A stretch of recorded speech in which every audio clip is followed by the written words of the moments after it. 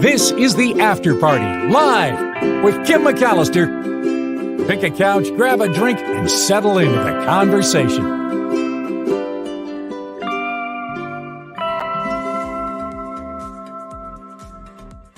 Good afternoon. Welcome to the Friday edition of the After Party Live. Thank you for your patience in being here. Had the Mark Thompson Show wrap up. Looks like he's happy with the Friday show. So, hey, if Mark's happy, we're all happy, right? Oh, sorry, I have that. You can see the overhang that I have showing there. Nope, it's still showing. All right. I don't know why I didn't see that earlier on the Mark Thompson Show. I don't know. But welcome to the After Party Live. Some great things ahead for us. Tim Sika will be here in just a few minutes to talk movies, and I always love to compare the reviews between Michael Snyder and Tim Sika. And if they both match, you know it's really going to be a good one. But just to see how they differently think about things, I always like to compare it. So we'll do that.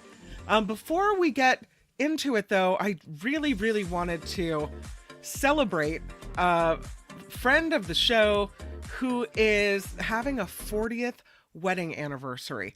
And it's a message that I couldn't open a couple of days ago, and I wanted to make sure that I gave it its due. Tony has a 40th wedding anniversary, has kicked in $40 to the After Party Live via the PayPal account.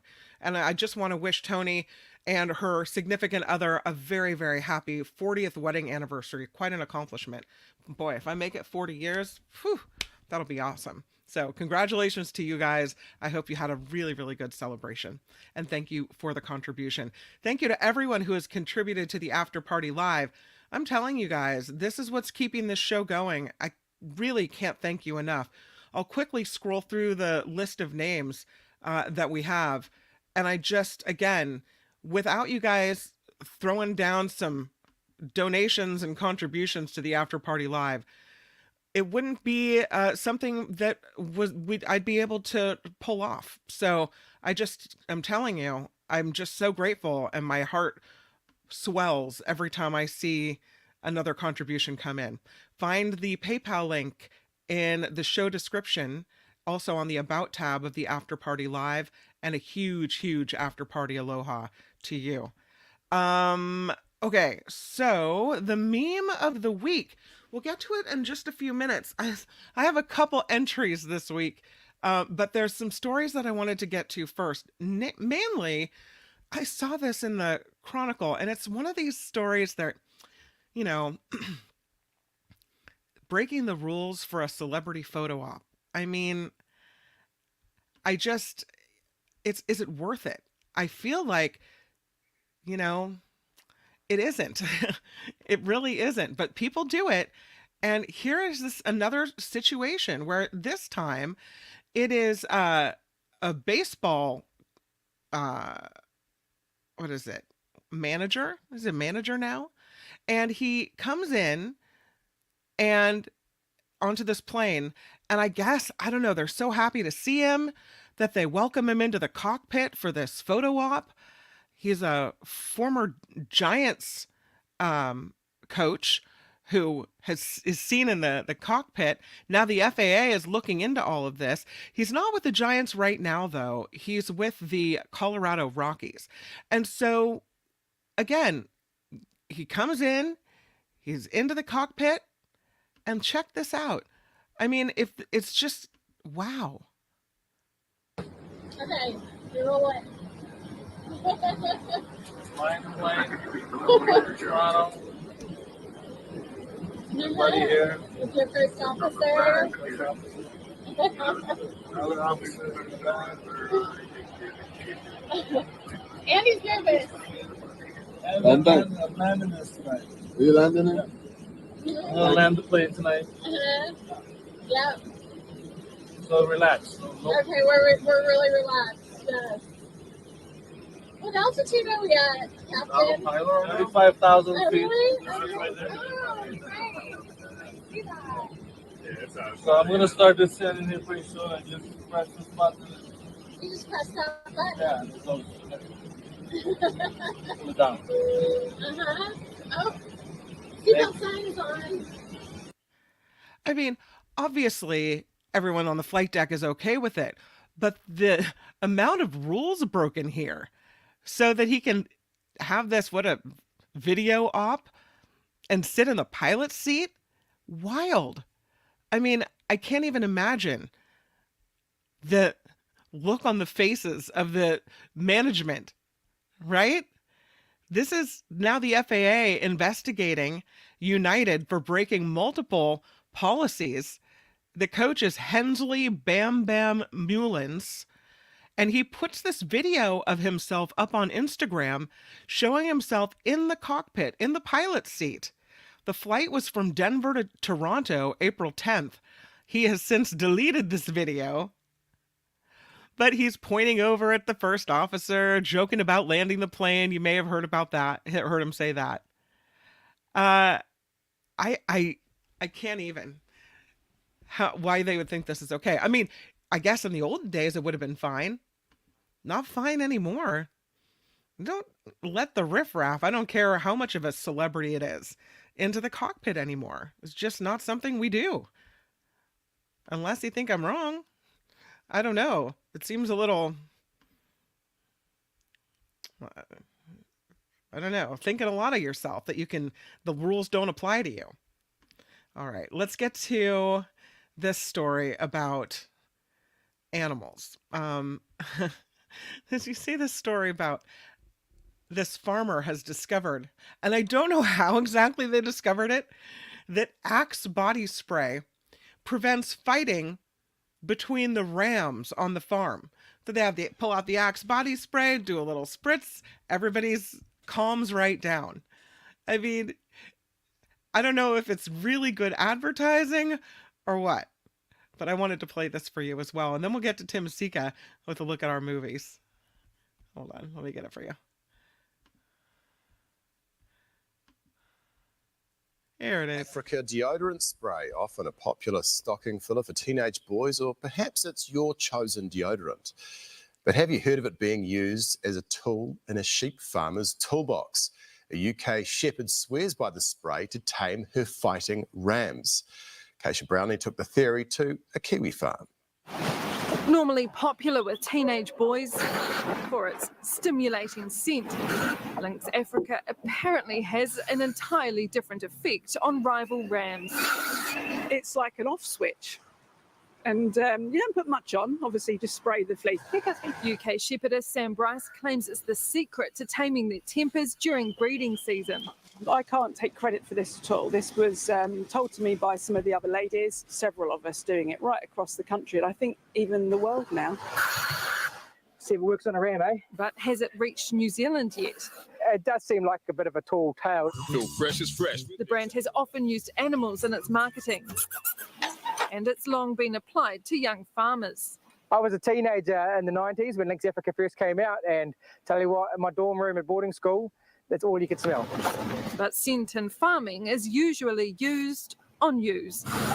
Baby powder, Chanel No. 5. But what we use it for is to help mother on orphan lambs. The boys have their own scent, and that's the problem. The rams do get pent up with testosterone, and they fight. It's their natural instinct. So, and often it can make their heads bleed. Occasionally, if it's really bad, you might find one that's been killed. But blood on their heads often attracts flies, and they can get fly struck. Could this $6 can be the answer to protecting these $15,000 animals? If I'm honest, I don't think so. The rams are built for testosterone. They're built to fight. It's survival of the fittest. A little bit like those teenage years. Keisha Brownlee, News Hub. Pretty funny. Who knew? Who thought Axe body spray could be used in a farm capacity? I don't know. Let's bring in Tim Sika. Hey, Tim. Hi, Kim. Hi. That's a wild story. Isn't it? Who knew? I'm Yeah. telling you. God. We are at the movies with Tim Sika on this Friday, and you've got a lot of good ones to talk about today. I'm kind of excited. Oh, good. Okay. I guess you want to start with, you're talking about teenage boys. This first movie here, Hard Miles, is four teenage boys figure into the story. Yeah. All right. Let's talk about it. Okay. Dystopian dramas and movie treatments based on a true story. I have seen so many of these just in this year alone. Anyway. Okay. And there's a couple of those we're going to talk about this week. But Hard Miles is the first movie, and it's a sports drama, and it's based on the experiences of this guy. His name was Greg Townsend, not the NFL guy. This Greg Townsend worked with at-risk youths at this facility. It was a correctional facility in Colorado. True story. It was a kind of halfway house for delinquent teenagers. Matthew Modine plays him in the movie, and it's about him, Matthew Modine character, the Greg Townsend character, getting together this group of 4 disgruntled, cynical, mistrustful teenage inmates for this 762-mile bicycle ride from Denver, Colorado, where the facility is located, to the Grand Canyon, to teach them, life lessons along the way. He figures it'll be good for the kids, his job, and the continuation of the facility, whose charter, we're told, has just been revoked. So, there's a little bit of a suspense element there. And that's the premise. And, Kim, this is one of those movies that's really fruitless to criticize. It's the kind of movie easily criticized because it's one of those, quote unquote, inspirational, feel good kinds of movies. And the kind of movie too, that's also prone to relying upon the use of cliches in the telling of its story. These are the kinds of movies and these kind of stories where cliches are born, these inspirational kinds of movies. But I like the film. There seemed to be a concerted effort that when a cliche had to be used, an effort appeared to be made by the filmmakers, not so much to avoid the cliche, but to de-emphasize it by kind of imposing upon said cliche this sense of grit embodied in the directorial choices that were made. And in particular, the performance of Matthew Modine, who's always excellent, but he's especially good here, playing this guy dedicated to teaching his kids to believe in themselves. This is also a story about childhood trauma, coming to terms with that, and living your life not as a victim, but as an empowered survival of that trauma. So there's some intense stuff here too about how and why, Greg Townsend came to this profession of working with these at-risk teenagers, and some dark stuff about the kids' past too, which is not always pleasant to watch. And, none of my concerns are probably ever going to be noticed by the movie's intended audience, which I think is young people. I think teenage boys in particular, also girls, because there's a strong female presence in this film in the person of actor Cynthia McWilliams, who plays a master's in psychology employee of the facility where she teaches alongside the Matthew Modine character, who accompanies this group of 4 boys and Modine on this arduous cross-country bicycle ride. So yeah, I liked it. It's a good film for kids that doesn't play down to them, and there are some good life lessons to be had in the story too. So that's Hard Miles in a nutshell. Sounds and interesting. It opens in theaters exclusively today. Yeah. Oh, it sounds interesting, but kind of a little maybe tough to watch. There's just moments. I'm personally really sensitive to scenes in movies that have any kind of like child, animal, or women abuse. Right. So, they may not be as intense for some people as they were for me, but I thought they were pretty intense. But the movie mostly focuses on this bike journey, and there's a lot of humor, and it's a really quality made movie for young people. And you don't see those very often, these days. So yeah, it's a good one. The Ministry of Ungentlemanly Warfare. Yeah, say that 10 times fast. Yeah, this is another based on a true story, a World War II story, turned into, not surprisingly, a spy action comedy film by director Guy Ritchie, who tends to do this kind of thing in the lion's share of his movies. He tends to, he tends to finesse them and gussy them up in ways I'll talk about. But anyway, The Mystery of Ungentlemanly Warfare. It's based on this book called Churchill's Secret Warriors, the explosive true story of the Special Forces desperados of World War II. And the movie is a fictionalized version of what the book covers, this plan called Operation Postmaster, which was this wartime scenario that Winston Churchill devised that was not sanctioned by the British authorities, by the way, so it was actually illegal. but Churchill did it anyway because he felt it was necessary at that stage of the war to keep Hitler and the Nazis at bay. But it involved this shady group of hired killers, the Ministry of Ungentlemanly Warfare of the title, who were assigned the task, at least in the movie. I mean, how much of this actually happened? We'd have to read the historical record to determine that. But this sketchy group of guys that's in the poster there were assigned this mission of destroying this Nazi ship that contained all the information that was necessary to keep the German fleet of U-boats operational and functioning in an optimal way. So to blow up the ship, of course, would have made a significant dent in the Nazis' submarine warfare. That's what they're tasked to do. They really have they're kind of amoral in the way they kind of walk through the world. So they were like perfectly suited to this illegal thing that Churchill was supposed to be historically accurate, or is this just off the deep end? It's based on history. I think they did a lot of finessing, but this is the thing. I'm of two minds about this movie. For one of the things you just brought up, as far as bringing to my attention this historical incident of the Second World War, which according to the film, was taken from Winston Churchill's files, which were declassified in 2016. So they just came to light recently.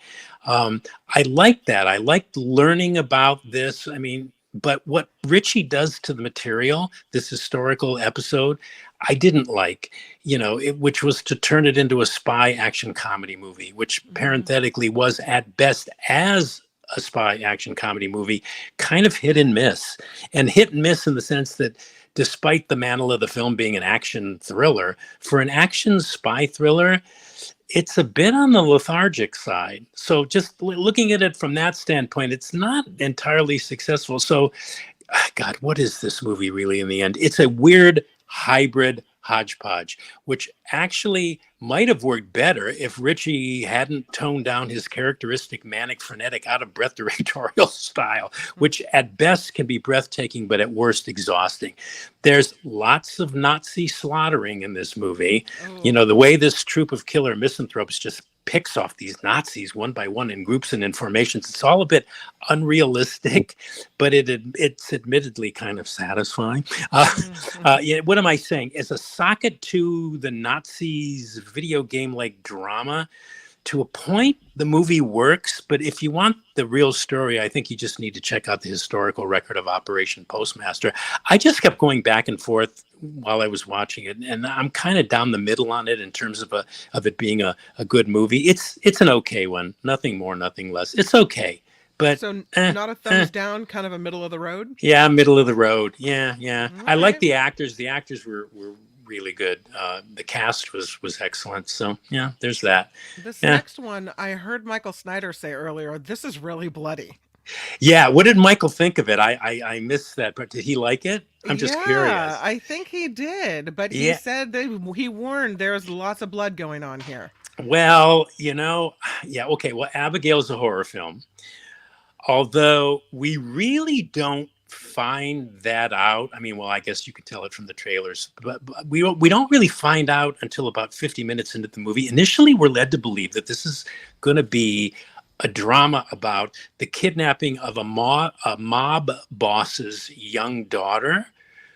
And this mob boss, we learn, will stop at nothing to get his revenge upon the kidnappers. So you're going, ooh, this is going to be a creepy,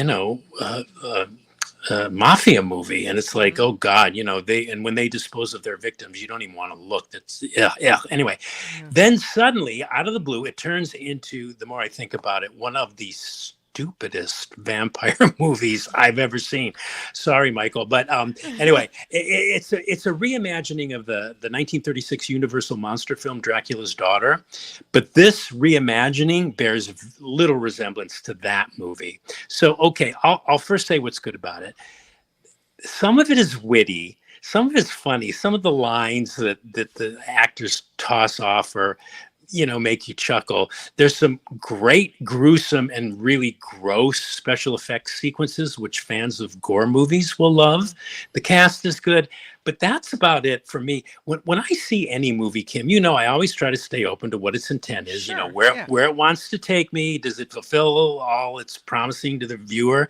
Right. And I guess this movie delivers on those levels, but it's a mishmash of styles. And again, I'm talking as a critic here. For one, it tries to do and be too much, way too much, in my opinion. And for this movie in particular to really work, it's one of those that you can't really think a lot about. And maybe I'm just too much in my head when I watch these kinds of movies. But hey, bottom line reason I thought Abigail was stupid is that it kept shifting narrative gears needlessly. I think. I mean, that you eventually go like, well, what's the friggin' point of this? I mean, what seemed to be, it just seemed to be this weird exercise that kept making you, you were trying to guess, like, well, where is this going? What is this doing? Okay.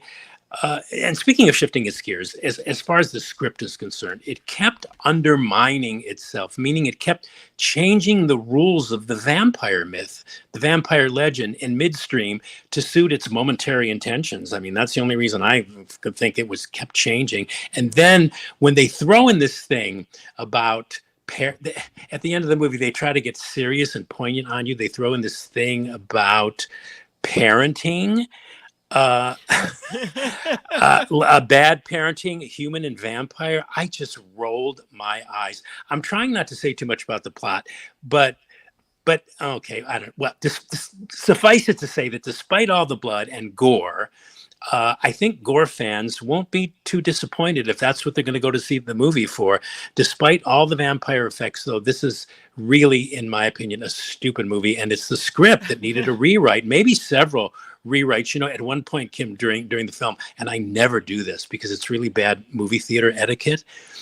But I'm going to say nobody saw me because I sat all alone in the last row of the theater with nobody even remotely near me. But I texted during the movie. I never text. I think it's the first time I have actually texted during a movie to a friend in L.A.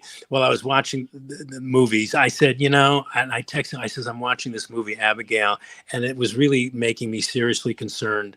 Actually, the same could be said for the Ministry of Ungentlemanly Warfare, but that watching movies like Abigail is making me more seriously concerned than ever what passes for entertainment these days. So anyway, enough about Abigail. I've never heard you call a movie stupid before.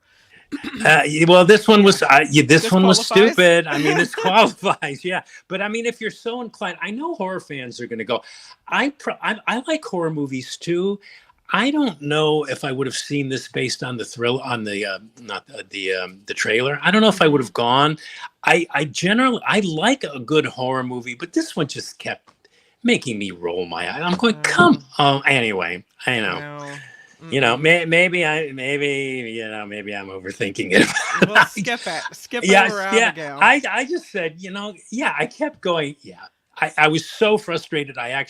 So I could get back into the movie and pay, the requisite attention to it. I actually texted a good friend of mine in LA and I just said, I can't believe this.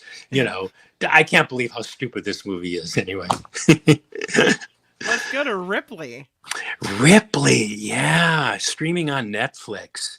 Yeah, we hardly ever talk about. I know Michael talks a lot about TV. He gets. I don't know how he sees all this TV with all the movies he's got to see. But anyway, this is an 8-part miniseries. It's now streaming on Netflix. It's based on Patricia Highsmith's novel, The Talented Mr. Ripley. Have you ever seen the movie, Kim, of The Talented Mr. Ripley? With Matt Damon. Was it Matt Damon or Brad Pitt? Matt Damon, Jude Law. Yeah, you're thinking Brad Pitt, Jude Law. They're both similarly good looking. And Gwyneth Paltrow was in it, and Kate Blanchett was in it too. Anyway, great movie. But the Talented Mr. Ripley, even as a novel, it's like the ultimate psychological thriller, I think, about a sociopath. And of all the Ripley movies that have been made, I think this is the best. It was written, conceived for TV and directed by one of the great screenwriters. His name is Steve Zalian. He wrote Schindler's List and The Irishman and Awakenings, the Robin Williams movie, Gangs of New York. He also wrote and directed one of my all-time favorite movies. It was called Searching for Bobby Fischer. Anyway, he really outdoes himself in Ripley. And it's so interesting because this movie made me think about the character again. and why I think he's such an interesting character, even though he's just this disreputable, horribly damaged, horrendous human being. He's such an interesting figure and one of the most compelling sociopaths in all of literary fiction. Interesting in that he murders without compunction. He can't always predict what the outcome of his killings will look like, but he somehow always manages to figure out what to do, be it with the body of the person he just killed, the surviving friends of the deceased, and always through, he has this sheer force of will and maybe panic and naked fear that he may be found out. But what's more interesting than that is that he is always the recipient of this incredible amount of cosmic luck. That's the only thing way I can just, things like these universal forces, if you will, align in this weird way that grow out of his misdeeds. And these, I don't know if you want to call them, twists of fate. Ultimately, they're always in his favor, despite the awfulness of his character. And I think one of the reasons we find this unsavory character so interesting is that while we want him to get caught, at the same time, we're weirdly rooting for him to escape. It's like, Norman Bates in Psycho, only the difference here is that, Tom Ripley is not only a sociopathic killer, but he's a person who just piles lies upon lies upon lies. And he pretends to be different people. And you're going, how the hell can this guy keep this straight? But anyway, he always saw, anyway, so I found that, anyway, there have been several film iterations of this character. We just, we mentioned the talented Mr. Ripley, but this new version is just, I kept going, wow, when I was watching it. It may be the best thing Netflix has ever done. Certainly it's in the top top five best of what they've produced to date. And it's just delicious. I mean, that's a weird adjective to describe this miniseries, but it's got this dark sense of humor. This version of Tom Ripley is not only darkly comic, but darkly ironic and just darkly dark.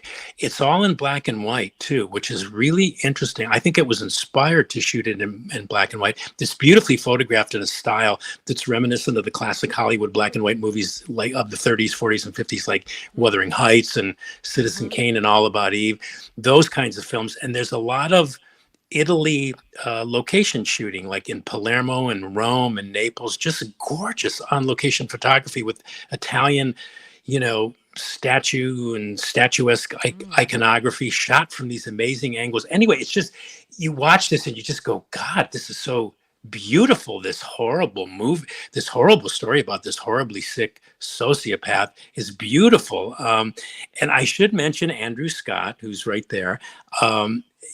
He is really having what I would call a moment in movies. He is really superb here as the titular murderous, deeply disturbed sociopathic Tom Ripley. Just watching what he does here with this character, the choices he makes as an actor, make you nervous and jittery and wanting you to look over your shoulder, when you're watching the movie. It's just amazing. It's case study and brilliant acting. For all aspiring actors, I recommend watching this series just to watch what this guy does. Just brilliant. Anyway, unsavory as it all is, just for its writing, its directing, its production design, its cinematography, its score and performances. I don't think you'll find anything better this year than Ripley. It's just superb. Wow, it's superb. Just 4 stars, 4 out of 4 stars. I have to watch it. I mean, highly with recommend that kind it. of, wow. Yeah. I don't know. I mean, it's creepy, but boy, is it beautifully done. Yeah, and it's one of those things where you can, it's like a Francis Bacon painting. Francis Bacon's paintings were just horrible to look at, very dark, ugly, but at the same time there was a beauty about them, if that makes any sense. That's this Ripley series. Just you can't look away, really. I actually streamed all 8 episodes, and I did the first 4. Then I made some coffee. I think I had a sandwich, and then I thought, well, I'll watch the next one. I did it all in one sitting. I couldn't believe it. I binged. I never binge. I think I don't have time to binge. But this binging is making me thinking, well, maybe I'm just not as into these things. This was good. This was really, really Eileen good. agrees. She says Ripley is gorgeous, and I'm loving it. Oh, And good, then Eileen. Good taste, Eileen. John had a question, and you, I think, answered it at the beginning. Is this based on The Talented Mr. Ripley or another one of Yes. her novels? Yeah. Yeah, it's based on the Talented. Well, she's done. She did. I think she's. I could be wrong. I think she's done several of the Ripley novels where Ripley's a character. But yeah, this actually I would say the first 3, maybe 4 episodes closely resemble the plotting of the Talented Mr. Ripley movie, the one that we just talked about with Matt Damon. But the writing is slightly different. There's more here to chew on, actually. I thought. I mean, I loved the Matt Damon movie. I thought it was great, but this was great. This was great filmmaking. List. Yeah. Okay. Well, don't watch it before you go to bed. Of course, you're a night owl, aren't you? I am a little bit. Yeah. Yeah. Well, maybe it'll go with your being a night owl. I wouldn't want to watch this before I went to bed. Let's put it that way.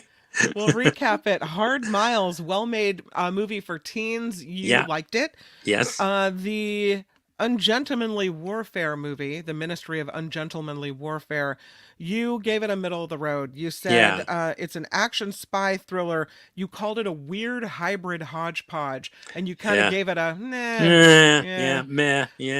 Abigail, a horror movie.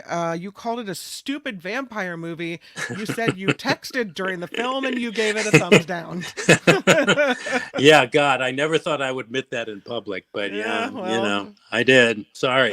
So hopefully first and last time I will ever do that. But I did look around to make sure nobody saw my screen, light up and that you weren't annoying. That I weren't annoying. Anyway. And then you review for us a TV series which you love. You called it probably maybe one of the best things Netflix has ever put out. Ripley on Netflix, and you say this is worth it. Yep, absolutely, and I stand by that comment too.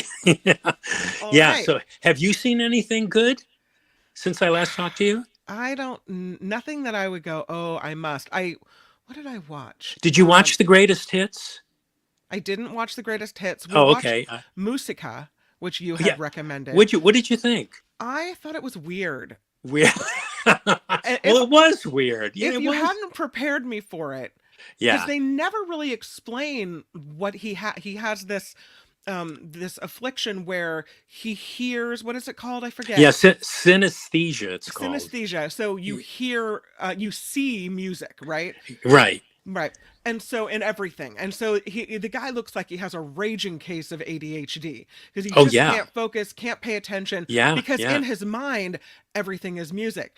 And they never explain it. You see it happening, but you don't understand that there's actually something actually going on in his head. Yeah. I think he felt that showing it, maybe people could piece it together or something. I don't know. If you hadn't explained it, I wouldn't have known what I was watching.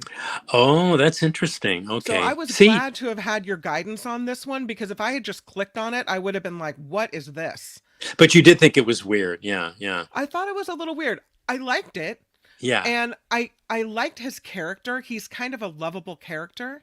You know, he's kind, and you feel bad when things don't go his way. Right. But I liked his girlfriend. I like, it's that the actress that played his girlfriend is his real life girlfriend. They're really a couple, those two. Part 2, in real life. Girlfriend number 2. Girlfriend. Wait. Who was girlfriend number 2? I don't know. He has to dump the first one, right? Yeah. Oh, that's right. That's right. It's girlfriend number 2. Yeah. Okay. I forgot. I see a lot of movies. I sometimes forget. But it was interesting. It was an interesting movie, and I'm glad I saw it. So yeah. Well, and always, never.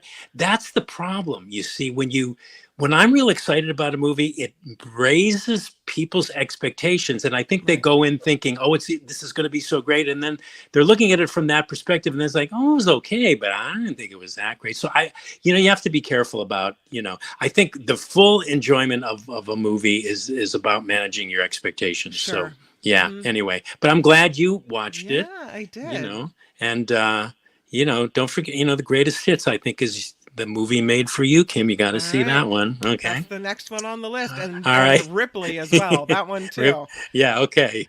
All Tim right. Sika, thank you for joining us, and thank you for your thoughtful reviews as always. And I get to see you next Friday. I'm loving this. And me too, Kim. It's great fun talking to you, and thank you so much for having me. We'll talk to you next week. Okay. Bye, Tim Sika. Bye. That's Tim Sika at the movies. So grateful to have him here on the After Party Live. I'm glad we could bring him over and make him part of this show. So very cool. Want to thank and give a big aloha to Wes and Meredith. Both during the show have kicked in to help support the After Party Live. So huge thank you to both Wes and Meredith today. Let's go do some more stories because I think we have a bit more time, and Mark started a little late, so it kind of discombobulated us with everything, but I think we can get to a few more before we wrap it up for the weekend. So let's go back and talk about some of these things that we have, like the Tesla truck. How about this? So first we had the Tesla Cybertruck. Remember the stories where if it rained a little bit, even mist, and there were some droplets on the outside of the Tesla Cybertruck, that it would develop rust spots? Yeah, well, apparently that's not the only thing going on with the Tesla truck. Unfortunately, it has a new problem now. It's under recall, thousands of these Tesla trucks that have been sold because the pedals can get stuck at full throttle. That sounds like a big problem.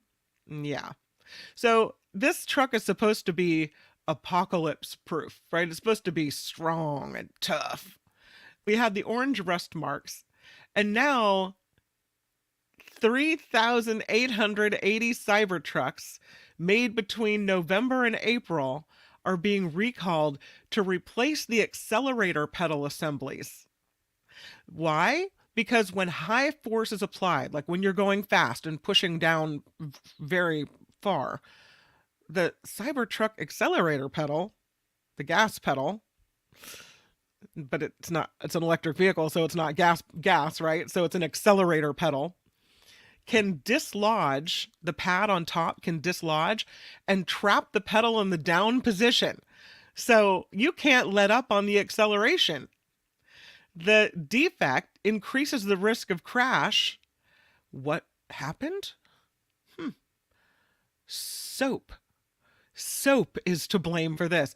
I'm telling you, this Tesla Cybertruck apocalypse proof whatnot is really brought down by the littlest things. A little bit of water, a little bit of soap. The National Highway Transportation Safety Administration says an unapproved change introduced lubricant soap to aid in the component assembly of the pad to the accelerator pedal was used.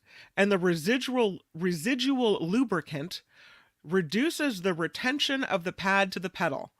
So the pad slips off the pedal, and when you push down all the way, the pad slips off and gets stuck. Too slippery. Yeah. How much is the Cybertruck? $61,000 to $100,000, depending on what you get on your Cybertruck. Cybertruck, this one man films the inside of his Cybertruck. He holds the accelerator pad in his hand and said he had it slip up from the pedal while he was driving, and when it got stuck, it blocked the whole pedal from going back up. He said it held the accelerator down 100%, full throttle. He said he was lucky, he had a clear mind, he didn't panic, held the brake down, and that overrode the pedal situation. No injuries, collisions, or deaths due to this thus far. And so now we have the recall.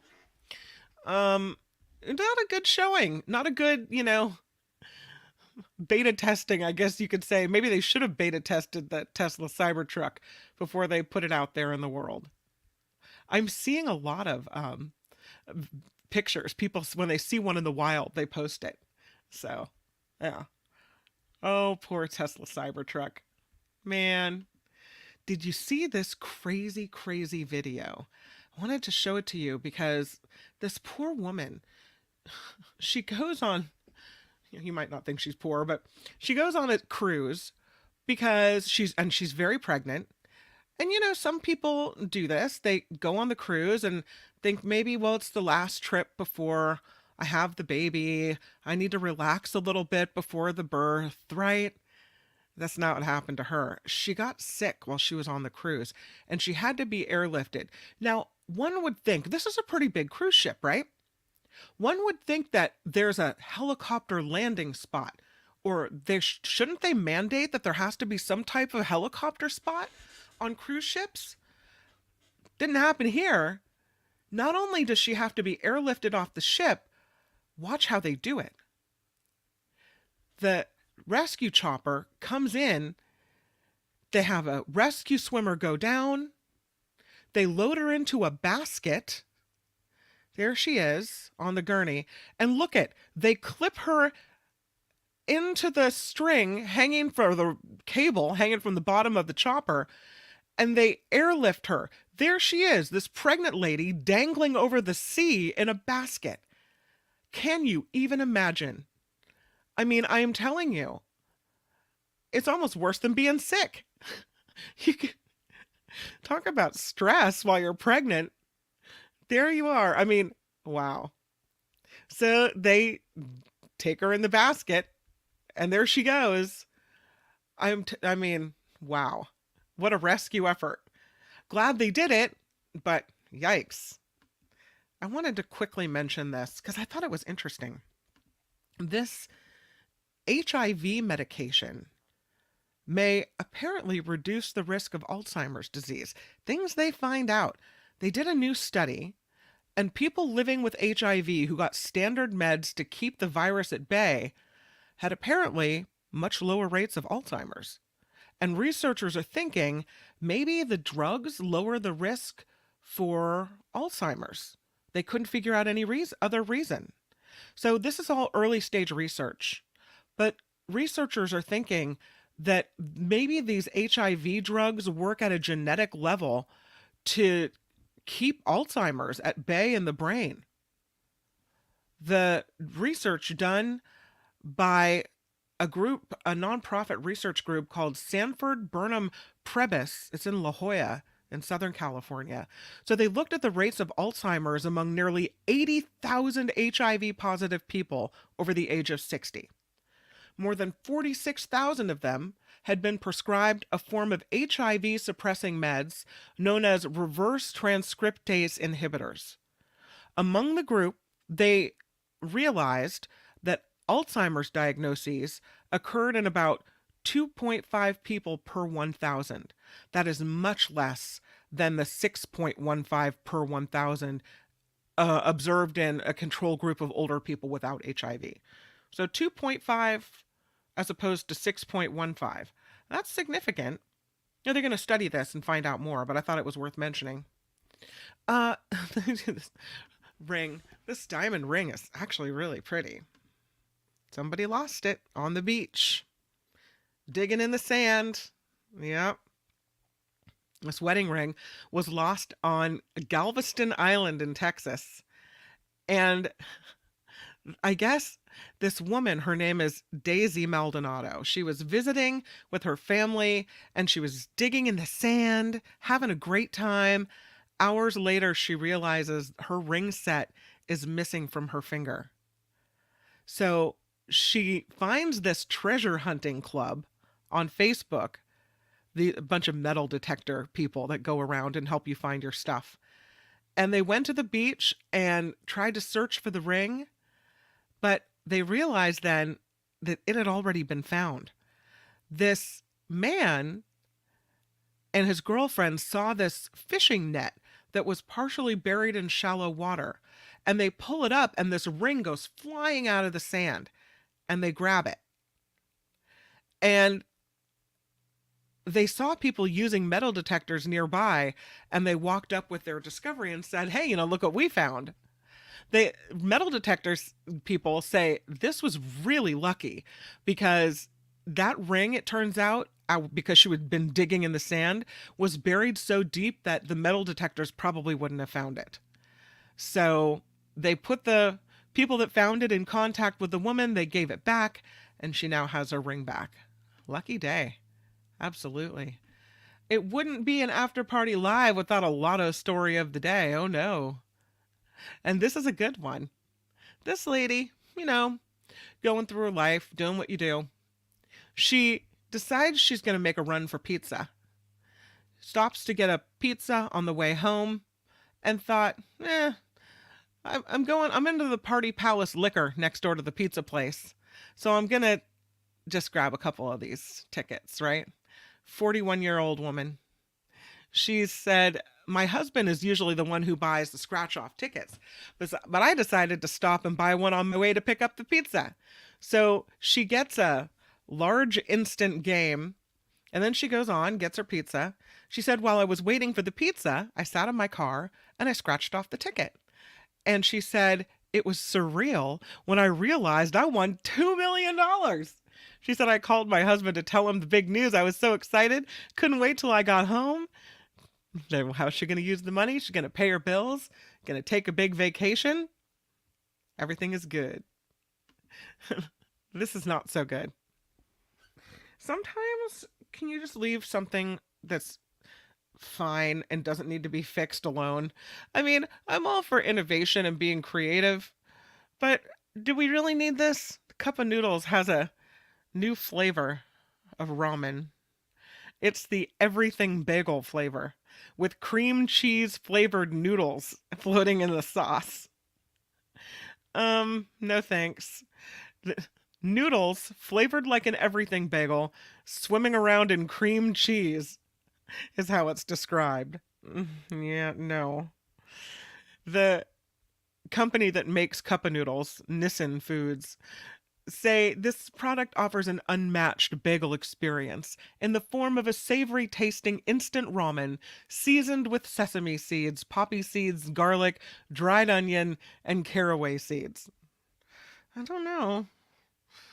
We know noodle fans and foodies are constantly finding ways to elevate their instant ramen with different sauces, seasonings, and unexpected ingredients.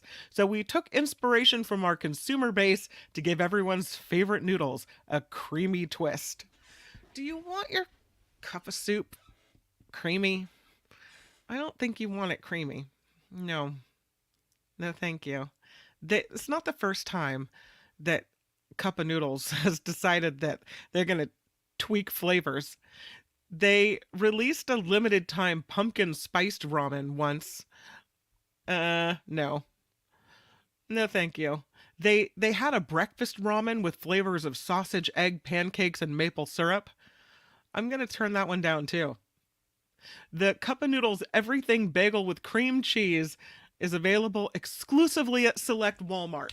And if that doesn't tell you everything you need to know, then I don't know what does. No, thank you. There's a bunch of ballerinas that broke a record. They stayed on their toes to break this world record. They did it in New York. And I want to show it to you. They did it in New York and they broke the Guinness Book of World Records. So let me take away the disgusting cup of noodles that no one wants. I don't know. Do you want to try it? I don't want to try it. And let's watch, because I think you need to see the video on this one. Here it is. Look at these beautiful ballerinas. Here they go.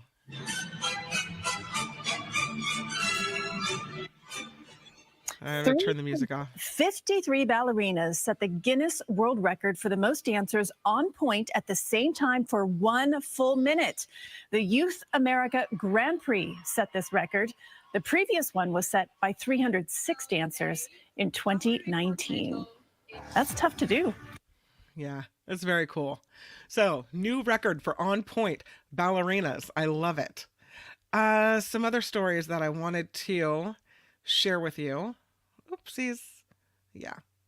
Sorry. Some other stories that I wanted to share with you include the update on this lemur. Remember the lemur in Texas? We talked about it a couple of days ago, and they couldn't catch it.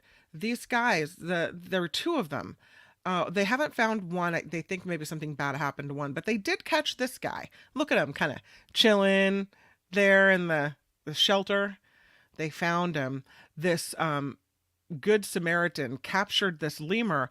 It had been several weeks this lemur was on its own. It's one of these situations where someone has an exotic pet. The owner of the lemurs left them with a pet sitter and they escaped, right? And so these lemurs have been roaming for weeks. Now one of them caught, trapped by a local person, and it'll now be the lemur's name is Julian, and Julian is now headed to the Ringtail Ranch Lemur Rescue in Lubbock, Texas. Apparently lemurs are so popular in Texas, they need their own rescue area. Crazy. Yeah. I wanted to get to some celebrity news too. I don't know if you saw this, and I'm going to play the music because at this point, I don't know if you guys noticed, but the show is already demonetized because we're switching over accounts and everything. And so, we don't have the YouTube super stickers or super chats or make any money from the advertising stream at all. But that also means that I'm able to play this for you because I don't know if you saw the story. The sons of John Lennon and Paul McCartney have teamed up for this new song. So James McCartney and Sean Ono Lennon recently released the single Primrose Hill. I have a picture of them. Here they are together. It's, you look at them and it's uncanny how much they look like their dads, right? And here's the song.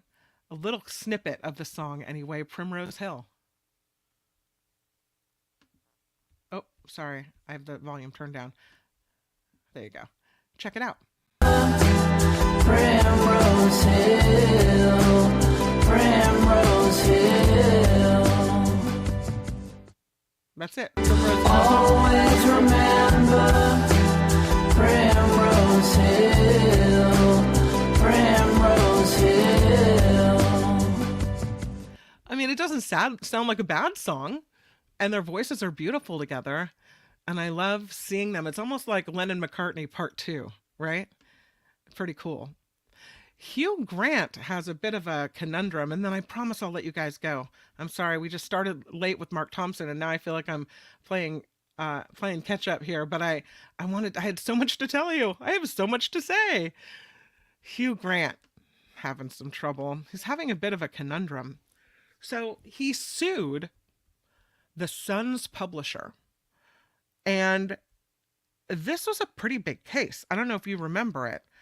The case was about the spying that the Sun was doing, allegedly, right? Because they haven't admitted any wrongdoing here.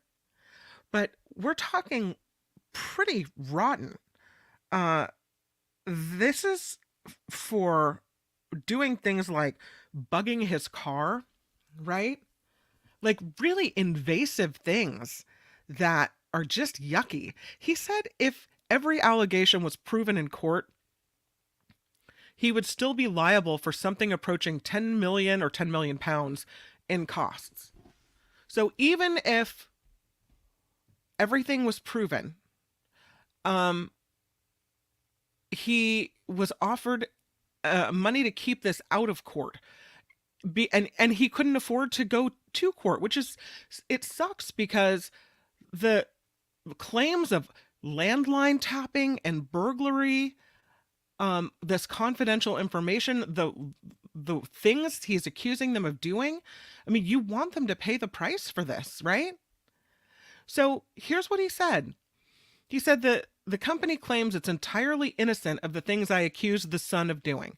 Phone hacking, unlawful information gathering, landline tapping, the burglary of his flat and office, the bugging of his car, the illegal blagging, they call it, of medical records, lies, perjury, destruction of evidence.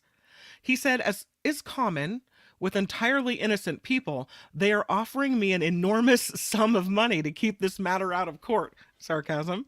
He said, I don't want to accept this money or settle. I would love to see all the allegations that they deny tested in court. But here's the kicker. He said the rules around civil litigation mean that if I proceed to trial and the court awards me damages that are even a penny less than the settlement offer, right? So they offer him this enormous settlement. And he knows that if he goes to court and what he wins is less than what the settlement would have been, then he has to pay the legal costs of both sides. So that means he's on the hook for $10 million. And he said, I can't take that chance. He said, even if every allegation is proven in court, I would still be liable for something approaching 10 million pounds. And he said, I'm shying at that fence. And I completely understand. But what does the rule do? The rule then, because I mean, I guess they want to encourage people to settle, but then there's never really justice. And all you have to do is throw money at this, and you can keep bugging cars and burglarizing flats to get this information on these celebrities. Crazy. And not right. Absolutely not right. They're never going to be held to account. And then there's this problem with the paparazzi going overboard. They need to be held to account. Man, get off my soapbox on that one. Yesterday, we talked about the possibility of the Sesame Street writers going on strike. But did you know that the Disney cast members have voted to unionize? The characters, cast members, filing a vote to unionize. These are the people that are on the parade floats at Disneyland and Disney World. The cast members that you pose with for pictures. So, 1,700 employees, a majority, voting to have the National Labor Relations Board represent them. They're looking for better wages, better benefits, better scheduling and working conditions in the Disney Magic Kingdom. Disney says, we support the cast members' right to a confidential vote that recognizes their individual choices. And they file for this vote to unionize, so it looks like they're headed that way. Yeah. There's another one, and as a matter of fact, this came up recently in my house. We're talking about using your brain so that you're exercising it, less likely to develop some type of dementia, right? They say if you do crossword puzzles, if you're a problem solver, if you're constantly thinking, exercising your brain, that somehow keeps your brain active and, not atrophying or whatever it may be. That's not the scientific, but here is the scientific. Repetitive jobs, apparently no bueno. Routine jobs, according to this study, raise the risk of cognitive decline by 66% and dementia by 37%. So working your brain hard at your job could pay off in more ways than just bettering your career. It could protect your cognition and help prevent dementia. This is a study that was done by the Oslo University Hospital in Norway. They say the workplace is very important in promoting cognitive health. So if you have a routine job with very little mental stimulation during your 30s, 40s, 50s, and 60s, apparently it's linked to a 66 higher percent risk of mild cognitive impairment and a 37% greater risk of dementia after the age of 70, compared with having a job with high cognitive and interpersonal demands. Years spent in school didn't help counter the impact of a repetitive job, or did help, but not enough. So if you went to college, apparently it reduces the impact of a repetitive job by about 60%, but doesn't fully negate your risk. What do they say? Stay actively engaged in life. Maintain a sense of purpose. Learn new things. Stay socially active. Those are powerful tools to prevent against cognitive decline. The study also showed being cognitively engaged at work has profound benefits in the fight against dementia. So just like exercising your physical muscles, you have to exercise the old brain muscle, right? And that's really it. So this is another benefit of the Mark Thompson Show, the Nikki Maduro Show, and the After Party Live. We gotta think about things, talk about things, develop an opinion about things, exercise the old brain. Not that it's, not that we're solving the world's problems over here, but at least we're thinking a little bit, aren't we? We're having interpersonal skills here in the chat. I think we're doing it right. So that's what we're having. All right. So before I let you go, I just want to thank you so much for being here and for hanging in, even though the show is a little off kilter time wise today. Thanks for being here for Tim Sika's movie reviews and for all the wonderful contributions to this show today. And again, I'll thank Wes and Meredith for that. And I will see you on Monday. I hope you have a great weekend. Make it a really good one. On Monday, you'll find us on the Nikki Maduro Show at 10 a.m. for bite-sized Nikki Maduro Show nugget, followed by the Mark Thompson Show at 11. And hopefully, we'll be back to a little more on schedule here on the After Party Live. So, again, please click like on your way out. If you haven't subscribed, please click the subscribe button as well. And again, have a great weekend. I'll see you guys on Monday. Bye-bye. The After Party Live would like to thank the following contributors and viewers like you.